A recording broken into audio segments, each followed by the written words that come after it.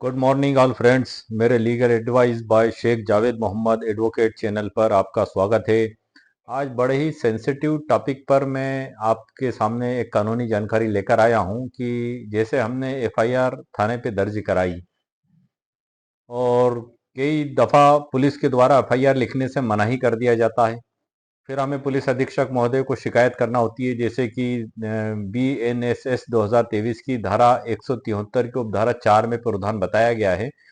यदि संबंधित थाना प्रभारी रिपोर्ट लिखने से मना कर देते हैं, एफआईआर लिखने से, तो आपको एसपी ऑफिस में सूचना देना होगी। एसपी साहब के द्वारा उसकी जांच करवाई जाएगी और उसमें एफआईआर दर्ज कर ली जाएगी। लेकिन उसके बाद भी एफआईआर दर्ज ना की जाए, कई बार अपराधियों के इतने ऊंचे राजनीतिक पहुंच होती है और उनकी इतनी ऊंची पॉलिटिकल पकड़ होती है और इतना प्रभाव वो रखते हैं पैसे का, ताकत का और राजनीति का, कि एक आम नागरिक की फरियाद कई दफा सुनी ही नहीं जाती है सर। वो बेचारा परेशान होते रहता है, जूते घिसते रहता है, दर दर की ठोकरें खाता रहता है और अंत में वो हिम्मत हार कर घर बैठ जाता है। तो ऐसी स्थिति से बचने के लिए कानून बनाया गया है कि व्यक्ति हिम्मत ना हारे, हौसला रखे और उम्मीद की मशाल अपने अंदर जलाए रखे। कभी ना कभी, कहीं ना कहीं, किसी ना किसी मोड़ पर न्याय जरूर मिलेगा और ऐसा न्याय मिलेगा कि फिर अपराधियों के हौसले जो बुलंद हैं वो ऐसे पस्त होकर जमीन पे गिरेंगे कि कभी जिंदगी में वो सर उठाकर जमीन पर नहीं चल सकेंगे। क्योंकि अपराध अपराध है सर, कानून बना ही इसलिए है क्योंकि अपराधियों को सजा दी जाए। अब मैं जो एफआईआर का सेंसिटिव टॉपिक आपको बता रहा हूं, वो खास तौर से मेरा मकसद ये है बताने का कि जो एक आम नागरिक है जो एफआईआर दर्ज कराने में जूझ रहा है, परेशान हो रहा है और ना तो पुलिस थाने में उसकी सुनवाई हो रही है और ना कहीं कोई रास्ता मिल रहा है। आपको मैं एक सिंपल सा ये उदाहरण ही बता रहा हूं। मैं आपको उदाहरण इसलिए मैं बता रहा हूं क्योंकि ये एक उदाहरण एक व्यक्ति का ही नहीं, ये हजारों, लाखों, करोड़ों करोड़ों लोग इससे, इस तरीके की समस्या से ग्रसित हो सकते हैं। ये सभी उन्हीं लोगों के लिए है कि आप थाने पर रिपोर्ट लिखाने गए। मैं एक उदाहरण के तौर पे एक कॉन्जेबल ऑफेंस का उदाहरण लेके चल रहा हूं सर। ये प्रकृति का अपराध जिसमें पुलिस अधिकारी वारंट के बिना गिरफ्तार कर सकते हैं, और असंज्ञेय प्रकृति का अपराध मतलब सामान्य प्रकृति का अपराध जिसमें पुलिस अधिकारी वारंट के बिना गिरफ्तार नहीं कर सकते हैं। यदि आप संज्ञेय प्रकृति के अपराध में चोरी, 420, लूट, हत्या, डकैती, बलात्कार, अपहरण, ये सभी गंभीर प्रकृति की जो अपराध हैं, ये सब जो है कि कॉन्जेबल ऑफेंस में आ जाते हैं। अब एक व्यक्ति के साथ धोखाधड़ी घटित हुई 420 के जरिए। जैसा कि मैंने मेरे पिछले वीडियो में भी बताया था कि कंपनी के एजेंट बनकर आए और झूठ बोलकर उससे पैसा प्राप्त किया और चालबाजी के साथ एक अकाउंट नंबर दिया कि ये हमारा अकाउंट है, आप इस अकाउंट में पैसे जमा कराएं, कंपनी में हम लगा देंगे, और 10 मिनट बाद ही वहां से निकालकर वो एक अन्य खाते में ले गए।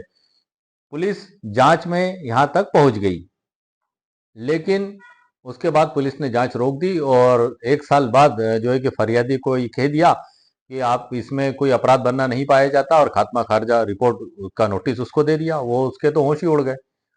30,37,500 की धोखाधड़ी का मामला, फाइनेंशियल अपराध, 420 का मामला, ऑनलाइन बैंक ट्रांजैक्शन सभी मौजूद। लेकिन उसके बाद भी, अच्छा, दूसरी एक सबसे महत्वपूर्ण बात यह है कि उसी अपराध में जुडिशियल मजिस्ट्रेट फर्स्ट क्लास के द्वारा जो है कि 3 ट्रांजैक्शनों में एक ट्रांजैक्शन के एक फरियादी की रिपोर्ट दर्ज, परिवाद पत्र दर्ज कर लिया गया। एक साल बाद जब वो परेशान हो गया तो कोर्ट में जज साहब के समक्ष 175(3)B NSS 2023 का आवेदन पेश किया। आपके साथ भी होता है अगर ऐसा, तो आप भी सर ऐसा कर सकते हैं। मेरा ये एक बतौर एग्जाम्पल इसीलिए मैं बता रहा हूं क्योंकि ये सिर्फ उदाहरण ही नहीं है, ये लाखों, करोड़ों करोड़ों लोगों की समस्या है सर, जो आज की तारीख में हर व्यक्ति इससे परेशान है और परेशान होकर कहीं ना कहीं वो कानून की जानकारी के अभाव में घर चुप होकर बैठ जाता है। तो इसलिए मैं एक एग्जाम्पल दे के आपको बता रहा हूं कि यदि आपके सामने भी कोई प्रॉब्लम जाती है तो आप इस प्रकार की कानूनी करते उसमें चलें। अब जो एक साल तक तो ठंडे बस्ते में रिपोर्ट को रखा गया है। 2,37,500 के ट्रांजेक्शन की जो चीटिंग का था, 28 लाख के ट्रांजेक्शन पे एफआईआर दर्ज कर ली गई और उसमें खात्मा खारिजा दे दिया गया। तब उसने 175(3)B NSS 2023 के तहत जुडिशियल मजिस्ट्रेट फर्स्ट क्लास के समक्ष आवेदन पेश किया, जहां जज साहब के द्वारा 420, 506, 34 आईपीसी में मामला पंजीबद्ध कर लिया क्योंकि मामला 2 साल पुराना था। अब सवाल ये उठ के आता है कि ये 3 ट्रांजैक्शन एक ही अपराध का एक हिस्सा थे। ये एक मैं उदाहरण के तौर पे आपको बता रहा हूं कि 2 भाइयों के साथ इस प्रकार की चीटिंग की घटना हुई और घटना भी किसके द्वारा की गई, जो सालों से परिचित थे। अजनबी होते तो वो पैसा भी ना देते, लेकिन एक उदाहरण के तौर पे मैं समझाने के लिए बता रहा हूँ आपको कि दो भाई और उनको जो बचपन से जिसे वो जानते थे, पारिवारिक संबंध थे, उनका हवाला देते हुए संबंधों का पैसा उनसे प्राप्त किया। उन्होंने विश्वासपूर्ण संबंध होने के नाते उनको 30,37,500 रुपया दे दिया। वो बड़ी चालाकी से दो फंड तो आरोपी गण के खाते में गए। एक सोचने वाली बात है, लेकिन पुलिस उसको अनदेखा ही कर रही। पुलिस ने उसमें कोई जांच नहीं की, जो उनके खाते में गए। और तीसरा पेमेंट जो उन्होंने खाता दिया था, जो कहीं ना कहीं उन्हीं का खाता था, वही लोग वो संचालित कर रहे थे, क्योंकि व्हाट्सएप पर चैटिंग के द्वारा आरोपीगण ने उसी खाते का चेक बुक का चेक जो है कि फरियादी को भेजा था कि आप इससे खाता मिला लेना। घर पे जब वो 8-10 बार आए थे मिलने, तब घर पे भी खाता लिख कर देकर गए थे। व्हाट्सएप पर टाइप करके लिख के खाता भेजा था, और उसके अलावा उसकी चेक बुक का चेक भी भेजा था। अब आप ये समझ लें सर कि चेक बुक का चेक कहाँ से आ सकता है किसी के पास? भला आपकी चेक बुक का चेक मेरे पास आ सकता है क्या सर? पॉसिबल ही नहीं, जब तक आप खुद ना भेजें या मेरा खुद का खाता ना हो। अगर मेरा खुद का खाता है तो चेक बुक का चेक बिल्कुल, मेरे पासबुक का चेक, चेक बुक का चेक मेरे पास ही रहेगा।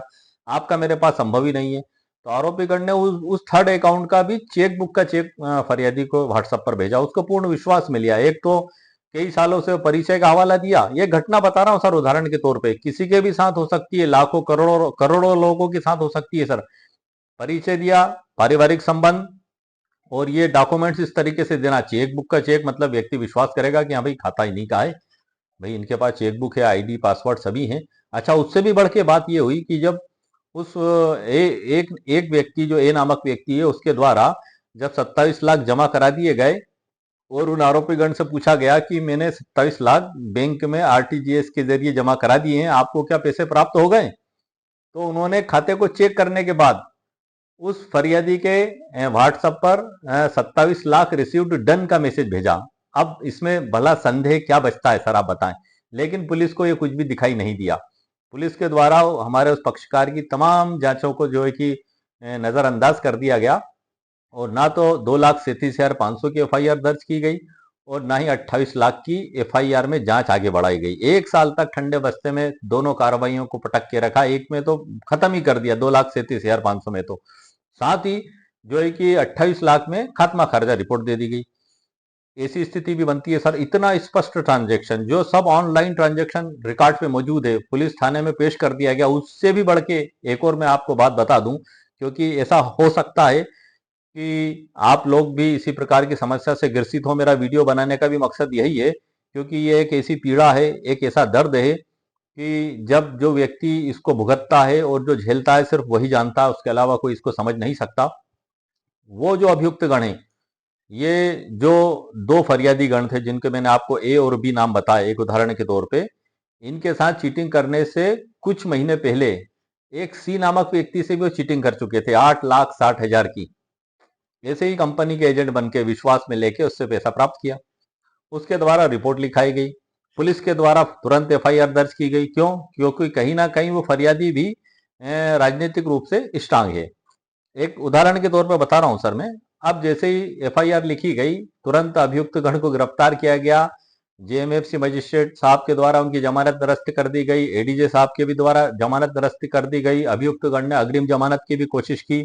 जो पहले 439 सीआरपीसी में प्रावधान थे, अब धारा बदल गई है, वो भी निरस्त हो गई। जेल में 10 दिन तक बंद रहा। 10 दिन बंद रहने के दौरान उसकी अकल ठिकाने आ गई। उसने 8,60,000 उसके गुर्गों के द्वारा वापस करवा दिए। तब उन्होंने अनापत्ति पेश की जमानत में, तब उसकी जमानत हुई, और वो प्रकरण अभी भी मूल न्यायालय में विचाराधीन के रूप में चल रहा है।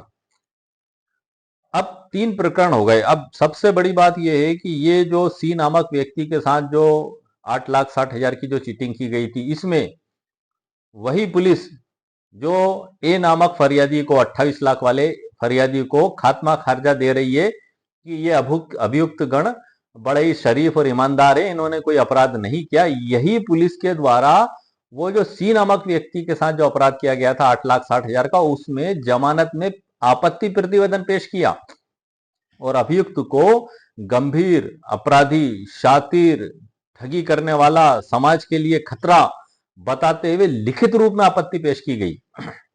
ये सी नामक व्यक्ति की एफआईआर आप उदाहरण के तौर पे मान के चलें कि 1 माह पूर्व दर्ज कर ली गई थी। 1 माह पश्चात जो है कि 28 लाख और 2,37,500, मतलब टोटल 30,37,500 की सूचना दी गई थी। तो उसमें पुलिस के द्वारा उसको गुंडा, बदमाश, अपराधी, शातिर, ठग, चोर बता के आपत्ति पेश की जा रही है, वहीं दूसरे में क्लीन चिट दी जा रही है।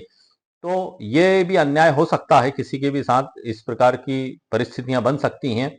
तो उसके लिए सर न्यायालय मौजूद है। तो चीफ जुडिशल मजिस्ट्रेट जो सीजीएम साहब जिसको हम कहते हैं, जो पूरे जिले के जो मुख्य न्यायिक मजिस्ट्रेट होते हैं उनके प्रधान होते हैं। कई बार गंभीर प्रकृति के मामलों में खात्मा खारिजा वहां पर पेश किया जाता है, या फिर जिस थाने के अंतर्गत वो आता है वहीं पेश कर दिया जाता है जुडिशल मजिस्ट्रेट फर्स्ट क्लास के समक्ष ही। अब ऐसी स्थिति में आप जो है सीजीएम साहब के यहाँ उस पर आपत्ति आप पेश कर सकते हैं, क्योंकि मैं आपके लिए कुछ 7-8 जजमेंट भी लेकर बैठा हूं जो इस प्रकार की यदि आपकी समस्या है तो उसमें काम में आ सकते हैं। जैसे कि भगवत सिंह विरुद्ध कमिश्नर 1985 का जजमेंट है कि खात्मा रिपोर्ट को बगैर फरियादी को सुने निरस्त नहीं किया जाएगा। वहां से नोटिस जारी होगा, आप जाएंगे, बयान आप देंगे, बयान देने के बाद न्यायालय को सारी जांच पड़ताल के बाद लगता है कि पुलिस के द्वारा गलत कार्य किया गया तो उसको निरस्त किया जाएगा सर बराबर, क्योंकि न्यायालय मौजूद है, न्याय मौजूद है। हमें न्याय पे पूरा भरोसा रखना है। भारत में सर्वोच्च न्यायालय से लेकर जुडिशियल मजिस्ट्रेट फर्स्ट क्लास तक न्याय जिंदा है। दूसरी कार्रवाई यह है कि यदि वरिष्ठ पुलिस अधिकारियों ने इस प्रकार की अनदेखी की है, तब आप जो है कि CPGRAMS पोर्टल जो प्रधानमंत्री महोदय द्वारा जन शिकायत के लिए बनाया गया, वहां पर आप ऑनलाइन कंप्लेंट करें। सीएम हेल्पलाइन पर आप जो है कि आप ईमेल आईडी के जरिए पूरे डॉक्यूमेंट्स को अपलोड करते हुए आप कंप्लेंट करें। पुलिस अधीक्षक महोदय को आप पूरे डॉक्यूमेंट्स के साथ उसकी पेन ड्राइव बना के पूरे हेश रिपोर्ट निकाल के 63/4 जो BSA 2023 में अनिवार्य कर दिया गया हेश रिपोर्ट के साथ आप वहां रिपोर्ट करें। डीजीपी साहब, पुलिस महानिदेशक को आप उसकी शिकायत दर्ज करें। Human rights Delhi, human rights आपके स्टेट का, आप वहां पे शिकायत दर्ज करें।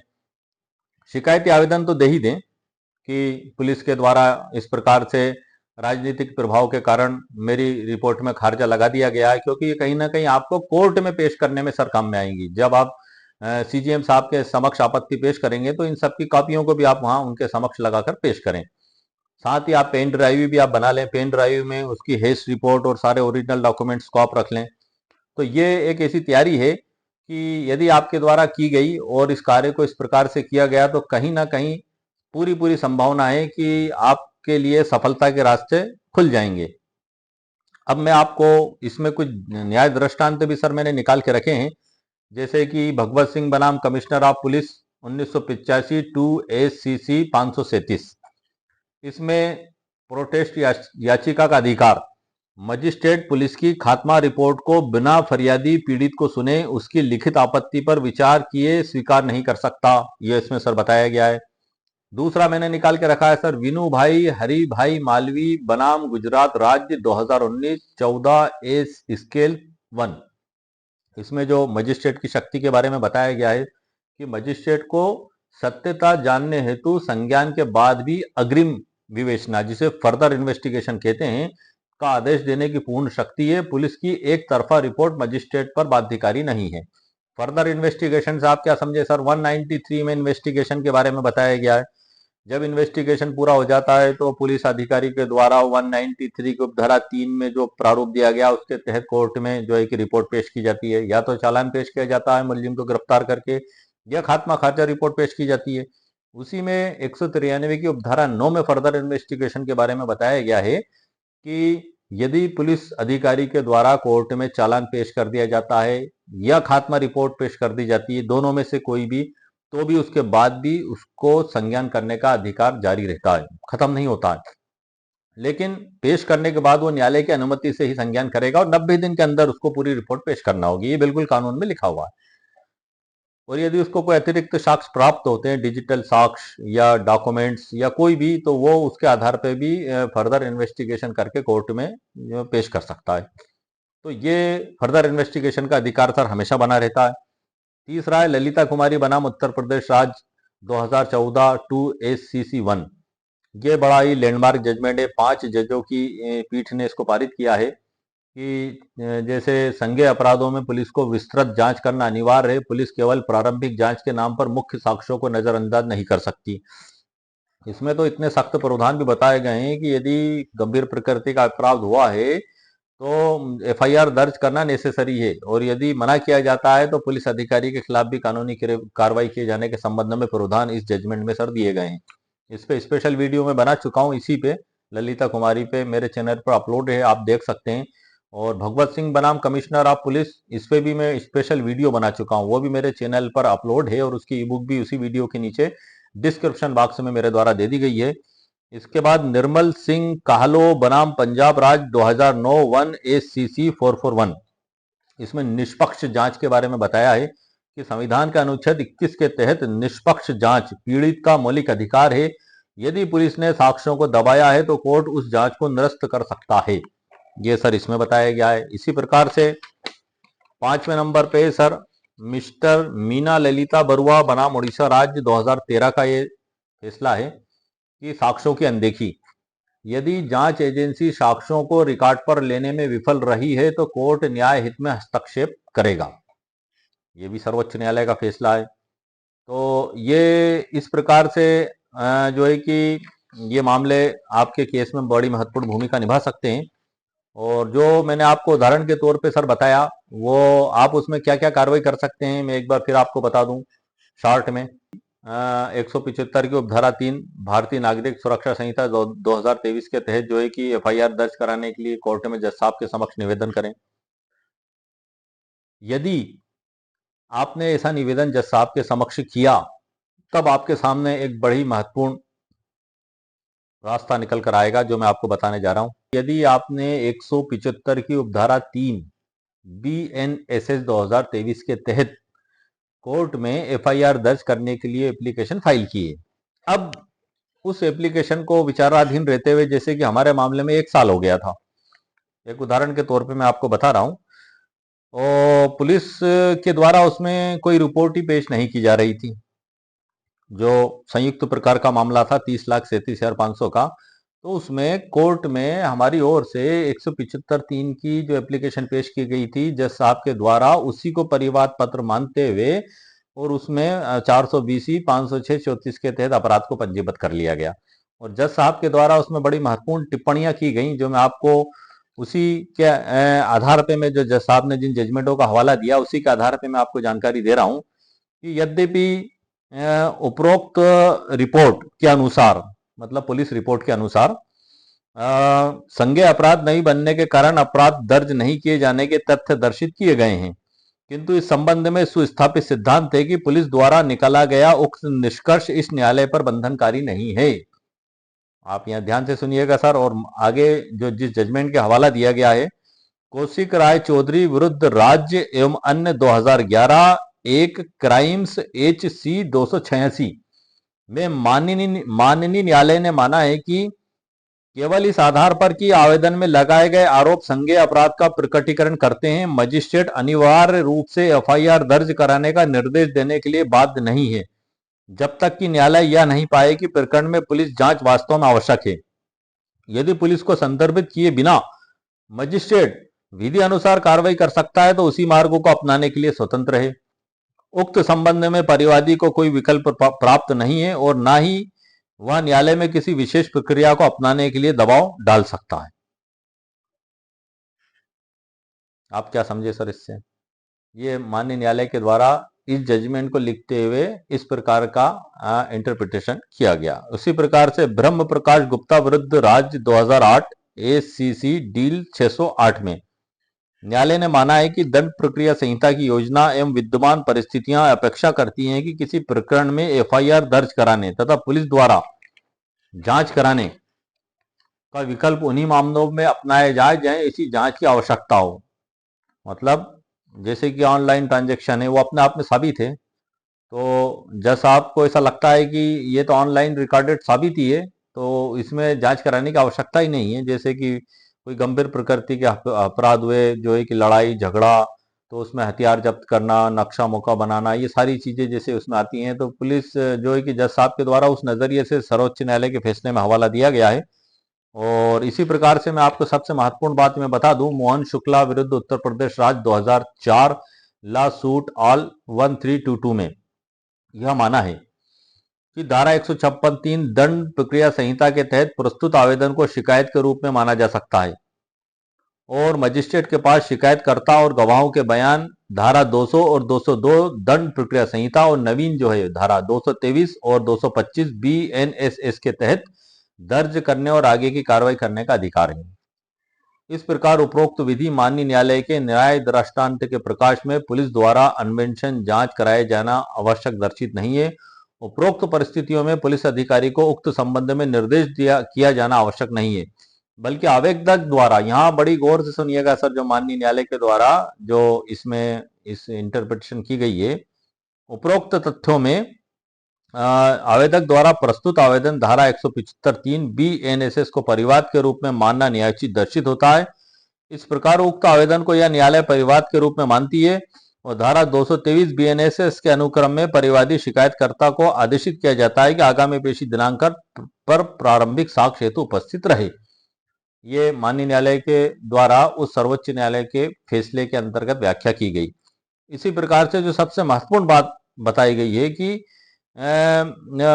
प्रकाश में उपरोक्त परिस्थितियों में पुलिस महोदय के द्वारा जो है कि सर्वोच्च न्यायालय के जो फैसले के अवलोकन में जो एक राय कायम की गई कि किस परिस्थितियों में इन्वेस्टिगेशन कराया जाना आवश्यक है और किन परिस्थितियों में नहीं, तो उसकी व्याख्या को मैं आपको बता रहा हूं कि जहां पर अभियुक्त का पूर्ण विवरण परिवादी को ज्ञात ना हो, नंबर 1, और यह विवरण केवल पुलिस जांच द्वारा ही संभव हो, दूसरा हो गया। तीसरा, जहां सफल अभियोजन आरंभ करने के लिए साक्ष्यों का संकलन, घटना स्थल की पुष्टि करने के लिए मामले की संपत्ति बरामदगी, सील बंद करना, गवाह ज्ञात ना हो, गवाहों को जांच की प्रक्रिया के संबंध में खोजा जाना आवश्यक हो, संदिग्ध स्थानों पर छापेमारी की तलाशी की आवश्यकता इत्यादि हो।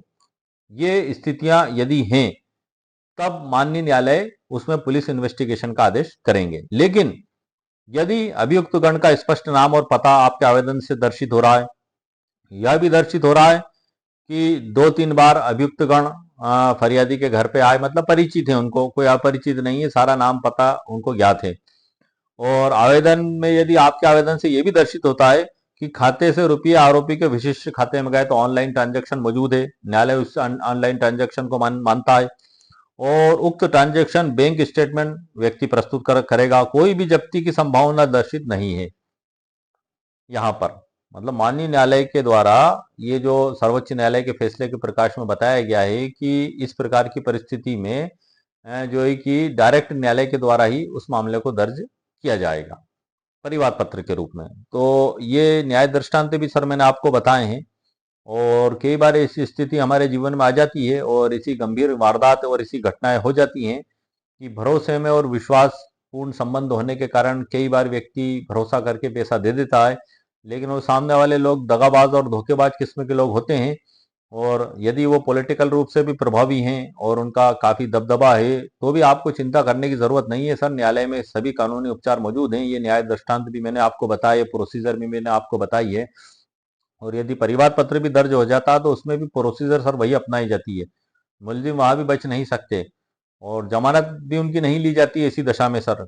जब मैंने आपको जैसे कि बताया ये सारा रिकॉर्ड जब आपके पास रहता है, न्यायालय के समक्ष रिकॉर्ड मौजूद रहता है, तो भला ऐसी स्थिति में आप जो है कि न्याय प्राप्त आपको पूरा पूरा न्याय प्राप्त होने की पूरी पूरी सर संभावना रहती है, क्योंकि जब आपको कहीं कोई रास्ता नजर नहीं आता तो अंत में सर न्यायालय तो मौजूद है ही और न्यायपालिका सर्वोपरि है, न्यायपालिका से ऊपर उठकर कोई भी नहीं है। न्यायपालिका को ये पूरा अधिकार है कि वो प्रकरण में आदेश पारित कर सकते हैं। जैसे कि आपने अभी देखा सीजेएम कोर्ट को जो पावर है वो थाना प्रभारी के खिलाफ भी एफआईआर दर्ज करने का आदेश पारित करने की पावर से सर वो रखते हैं। यदि प्रकरण में रिकॉर्ड के आधार पर पाया जाता है कि थाना प्रभारी के द्वारा किसी भी प्रकार की जो है कि गलत कार्य किया गया है तो सीजेएम साहब को थाना प्रभारी के विरुद्ध भी एफआईआर दर्ज करने का आदेश कानून के तहत ये शक्तियां उनको दी गई हैं और खुद भी परिवाद पत्र मानकर वो संज्ञान ले सकते हैं। तो इस प्रकार से सर एक एफआईआर और उसके ऊपर विरोध याचिका और प्रोटेस्ट याचिका के संबंध में महत्वपूर्ण न्याय दृष्टांत किस प्रकार से आपके केस में लाभकारी होंगे, एक सामान्य और एक महत्वपूर्ण कानूनी चर्चा को लेकर मैंने एक वीडियो बनाया है। और यदि आपको आवश्यकता लगती है कि मैं इसके ऊपर भी ई बुक पीडीएफ लिखूं तो आप वीडियो के नीचे कमेंट्स करके ज़रूर कहिएगा, तो मैं इस पे ई बुक पीडीएफ ज़रूर आपके लिए तैयार करूंगा। ये वीडियो बिना ई बुक पीडीएफ के मेरे द्वारा तैयार किया गया है, लेकिन महत्वपूर्ण कुछ लिंक जो 173 प्रोटेस्ट याचिका उससे संबंधित मैंने वीडियो के नीचे डिस्क्रिप्शन बॉक्स में दे दी हैं। यदि आपको आवश्यकता महसूस हो तो आप उनको वहां से खरीद भी सकते हैं। तो ये इस प्रकार की सर जो आज के वीडियो में मैंने आपको जानकारी दी, ये जानकारी सर मैंने एक घटना को एक उदाहरण के तौर पे आपके सामने तैयार करके दी है। एक काल्पनिक घटना आप उसको मान लें कि ये काल्पनिक घटना है, और उस काल्पनिक घटना को मैंने आपको एक उदाहरण के तौर पे समझाया है कि यदि ऐसा किसी के साथ होता है, ऐसी परिस्थिति किसी के साथ बनती है, तो वो इस प्रकार से कानूनी रास्ते इसमें सर अपना सकता है। आपको टोटल सर निराश नहीं होना है, हिम्मत नहीं हारना है, हताश नहीं होना है, क्योंकि कई बार जब ऐसा होता है कि व्यक्ति एक जगह से दूसरी जगह जा जाकर थक जाता है, हताश और निराशा वो महसूस करने लगता है, तो आप उस ऊपर वाले की ज़ात पे पूरा भरोसा रखें। वो ऊपर वाला सब देख रहा होता है, और आप लोगों के साथ जिसने भी धोखा किया है, वो कभी जीवन में सुख से नहीं रह पाते हैं। और इसमें मैंने एक ओशो का भी देखा था प्रवचन, और दूसरे भी मैंने दूसरे प्रवचन ओशो से ही मतलब नहीं है सर, मैं मोटिवेशनल और अन्य लोगों के भी देखता रहता हूँ। मोहम्मद सल्लल्लाहु अलैहि वसल्लम के भी स्टेटमेंट बड़े महत्वपूर्ण है, हदीसें। मतलब यदि कोई व्यक्ति कर्म करता है तो आप बदला लेने की ना सोचें, आप सिर्फ देखें, क्योंकि वो जो कर्म कर रहा है वो उसके कर्म के बीज बो रहा है, और वो जो बीज बो रहा है फिर उसी के हिसाब से फैसले उतरेंगे। मोहम्मद सल्लल्लाहु अलैहि वसल्लम ने भी जब मिराज की यात्रा की थी, मिराज का सफर जो सातवें आसमान के ऊपर जो अल्लाह पाक से वो मुलाकात करने के लिए गए थे, शरीर गए थे मस्जिद अल अक्सा से, तो उस समय उन्हें कुछ चीजें ऊपर जाती हुई और कुछ चीजें नीचे आती हुई दिखी थी। उन्होंने फरिश्तों से पूछा, जिब्रील अलैहिस्सलाम से, तो उन्होंने बताया ये आपकी उम्मत के अमाल है जो ऊपर जा रहे हैं, और उसी के हिसाब से नीचे फैसले आ रहे हैं। अमाल मतलब कर्म, जिसको हम हिंदी में कहते हैं कि ये कर्म है, ऊपर जा रहे हैं और उसी हिसाब से फैसले आ रहे हैं। अक्सर हमारे साथ अगर कोई बुरा करता है तो हम आग बबूला होकर बदला लेने की सोचते हैं। तो आप ओशो का भी मैंने सर इस पे बड़े महत्वपूर्ण प्रवचन सुने हैं कि आप सिर्फ देखें, आप बदला लेने की ना सोचें। वो उसका कर्म, उसका फल उसको जरूर कहीं ना कहीं से लौट कर आएगा और उसको मिलेगा।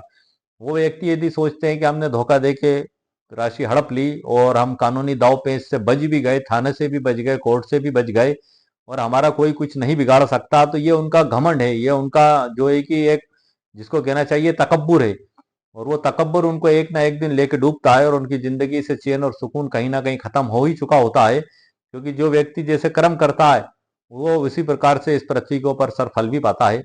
और थाने, कचहरी, अदालत ये एक न्याय देने की एक प्रक्रिया है, और कई बार अपराधी चालाकी से बच निकलने की कोशिश भी करते हैं, लेकिन अमूमन देखा गया है कि न्यायालय की पकड़ से बचना सर इतना आसान नहीं होता है। यदि आपके पास पूरे स्ट्रांग सबूत हैं, डॉक्यूमेंट्स हैं, रिकॉर्ड हैं, तो आप पूरी हिम्मत जुटाकर कार्रवाई करें और आगे बढ़ें और हिम्मत रखें। और ऐसी स्थिति में भी आप हिम्मत ना हारें। जैसे कि मैंने आपको एक उदाहरण दिया था, ए बी सी करके 3 उदाहरण करके दिया था सर मैंने आपको। ए बी सी में, ए में मतलब अपराधी वही हैं सर।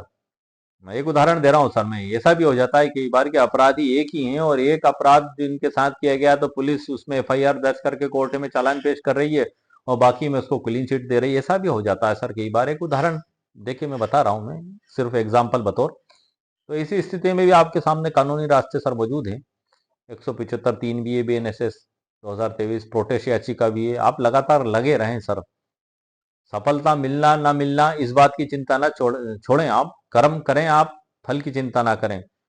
गीता में भी सर इस बारे में बताया है, कहीं ना कहीं गीता, हाँ गीता में ही सर बताया है, मैंने सुना है वो प्रवचन भी, कि कर्म करें, फल की चिंता ना करें। आपका काम है कर्म करना, आप फल की चिंता ना करें। फल देने वाला तो ऊपर बैठा हुआ है, लेकिन कर्म में आप कमी ना रखें, आप हिम्मत ना हारें, हाथ पे हाथ रख के ना बैठें, क्योंकि यहीं से वो अपराधी जीत जाते हैं। यदि आपने हिम्मत हार गए और आप हाथ पे हाथ रखकर घर बैठ गए, तो फिर अदालत आपके घर नहीं आएगी सर हाथ पकड़ के न्याय दिलाने। पुलिस थाना आपके घर नहीं आएगा हाथ पकड़ के न्याय दिलाने। न्याय दिलाने के लिए आप ही को जद्दोजहद करना पड़ेगी, आप ही को कोशिश करना पड़ेगी, और अपराधियों को जेल की सलाखों के पीछे भेजने के लिए आपको प्रयास करना होगा। क्योंकि इस प्रकार के अपराधी आजकल कई जगह पाए जा रहे हैं सर। कंपनियों के नाम पे ठगी करना और धोखा देना, और रुपए लेकर जो है कि बाद में सीना तान के घूमना कि हमने ऐसी चालबाजियों से पैसा लिया कि अब हमारा कोई कुछ नहीं बिगाड़ सकता। अब ये स्थितियां सर जीवन में कभी भी किसी के साथ भी घटित हो सकती हैं, और हजारों, लाखों, करोड़ों लोगों के साथ इस प्रकार की चीटिंग हुई है, और ये लगातार जारी है। तो ये वीडियो बनाने का भी मकसद मेरा आप सभी लोगों को सचेत और जागरूक करना है कि कभी किसी कंपनी के नाम से अगर कोई एजेंट आपके घर आता है और पैसे की मांग करता है तो उसको भगा दें सर। आप भगा दें वहां से, आपकी भाग जा भैया, मेरे पास मत आना दोबारा आप। क्यों? क्योंकि हमारे पास गवर्नमेंट है सर, गवर्नमेंट की बैंक हैं, स्टेट बैंक ऑफ इंडिया है, हम वहां पर एफडी कराएं। क्योंकि ये लोग हमेशा बेईमान 420 करने की नियत से आते हैं और आपको ट्रस्ट दिलाते हैं। जैसे कि मैंने एक उदाहरण आपको बताया था ए और बी का, दो भाइयों का, बचपन से पारिवारिक संबंध सब कुछ विश्वासपूर्ण संबंध, उसके बाद भी पैसा खाने के लिए ऐसा जाल रचा और ए और बी को अपने जाल में फंसा के उनसे 30,37,500 जैसी बड़ी रकम ऐंठ ली और पुलिस को ये लग रहा है कि उन्होंने कोई अपराधी नहीं किया और उनको क्लीन चिट दे दी। वहीं 8,60,000 में पुलिस के द्वारा उनको जेल में भेज दिया गया, चालान पेश कर दिया गया। तो ऐसी ट्रेंगल, ऐसी परिस्थितियां कभी भी जीवन में सर किसी के साथ भी हो सकती हैं। क्योंकि यहाँ पर इस व्यक्ति का स्टेटस बड़ा महत्वपूर्ण रहा था कई बार, कि 8,60,000 वाले का स्टेटस मजबूत था कहीं ना कहीं पॉलिटिकल रूप से, तो उसको उसके पैसे प्राप्त हो गए। 30,37,500 की चीटिंग जिनके साथ की गई, उनका कहीं ना कहीं पॉलिटिकल स्टेटस मजबूत नहीं था, तो उनकी एफआईआर तक नहीं लिखी गई। एफआईआर लिखने के बाद खात्मा खर्चा दे दिया जाता है। एक उदाहरण के तौर पे सर मैं आपको बता रहा हूँ समझाने के लिए, कि ऐसा जीवन में कभी भी किसी के साथ भी हो सकता है। और इस प्रकार की घटना यदि आपके जीवन में हो भी जाती है तो आप पेशेंस से सर रखें, सब्र रखें आप, क्योंकि वो ऊपर वाले का फैसला बड़ा महत्वपूर्ण है। वो आपको कहीं ना कहीं से रास्ते जरूर खोलेगा और ऐसे अपराधियों को सजा जरूर मिलेगी जीवन में। या तो आप अपने आपके जीते जी अपनी आंखों से देखेंगे उनका वो दुर्गति होते हुए, या मरने के बाद, या जीते जी। प्रकृति का इंसाफ, ऊपर वाले का इंसाफ जो है कि कभी रुकता नहीं सर। जैसे आप कर्म करेंगे वैसा आपको फल मिलेगा। यदि आपने गेहूं की फसल बोई है तो वहां जामफल का पेड़ नहीं पैदा होगा सर। यदि आपने सोयाबीन लगाई है खेत में तो वहां पर भट्टे नहीं उगेंगे सर। आप ये ध्यान रखिएगा, ये महत्वपूर्ण बात है। नींबू नहीं लगेंगे उसमें। आपने सोयाबीन बोई है तो सोयाबीन ही उगेगी। आपने बुरे कर्म करे हैं तो उसकी जब फसल लहलहाएगी तो बुरे कर्मों की सजा के रूप में आपको प्राप्त होगी। तो इस प्रकार से सर आज की वीडियो में मैंने आपको बड़ी महत्वपूर्ण कानूनी जानकारी प्रदान कर दी है। उम्मीद है आपको मेरा वीडियो पसंद आया होगा। मेरे वीडियो को आप लाइक भी करें, शेयर भी करें और सब्सक्राइब भी करें। और यदि आपके साथ भी इस प्रकार की कोई घटना दुर्घटना हो गई है तो आप कानूनी कार्रवाइयाँ करें, पीछे ना हटें और सचेत रहें, सावधान रहें और किसी पर भी भरोसा ना करें। कई बार ये अपराधी किस्म के लोग धर्म के आधार पे भी सहानुभूति लेकर आते हैं। जैसे कि मैंने आपको बताया था, पारिवारिक संबंध का हवाला तो एक बहुत महत्वपूर्ण बात है, लेकिन कई बार ये आप जिस धर्म को मानते हैं उस धर्म के प्रवचन, उस धर्म की कथा, उस धर्म के हदीसें भी आपको सुनाते हैं और बड़ी मीठी मीठी बातें करते हैं। आपको ऐसा लगता है देखो ये कितनी सच्ची बात कर रहे हैं, ये तो रामायण का पाठ सुना रहे हैं हमें, ये तो कृष्ण जी की बात बता रहे हैं, ये तो मोहम्मद सल्लल्लाहु अलैहि वसल्लम के बारे में हमें बता रहे हैं, ये तो यीशु के बारे में हमें बता रहे हैं। आप जिस धर्म से संबंधित हैं उस धर्म के प्रवचन वो आपको सुनाते हैं और आपका विश्वास में लेने की कोशिश करते हैं। ये ठग और चोरी के कई नए रास्ते सर इजाद हुए हैं। और एक और सर सिस्टम आजकल चला है कि कहीं विदेश में कोई कंपनी बैठी हुई है और उसके एजेंट बनकर आ जाते हैं और पैसा वहां तक पहुंचता ही नहीं है, एजेंट उसके वो बन जाते हैं और पैसा आपस में बंदर बांट कर लेते हैं। और वो इस बैंक से उस बैंक में ले जाते हैं और पुलिस अक्सर खामोश होकर बैठ जाती है। तो इसी स्थिति में सर आप धैर्य रखें और हिम्मत से आप काम लें। आपके पास जो ऑनलाइन ट्रांजैक्शन है उन सब का आप उपयोग करें और कभी ना कभी कहीं ना कहीं उन अपराधियों को सजा जरूर मिलेगी। और ऐसे अपराधियों को समाज में खुले घूमना भी समाज के लिए बड़ा घातक है। तो आज के वीडियो में सर मैंने आपको मुकम्मल कानूनी जानकारी प्रदान कर दी है। मेरे वीडियो को लाइक भी करें, शेयर भी करें, सब्सक्राइब भी करें। ओके, शुक्रिया, थैंक यू सर।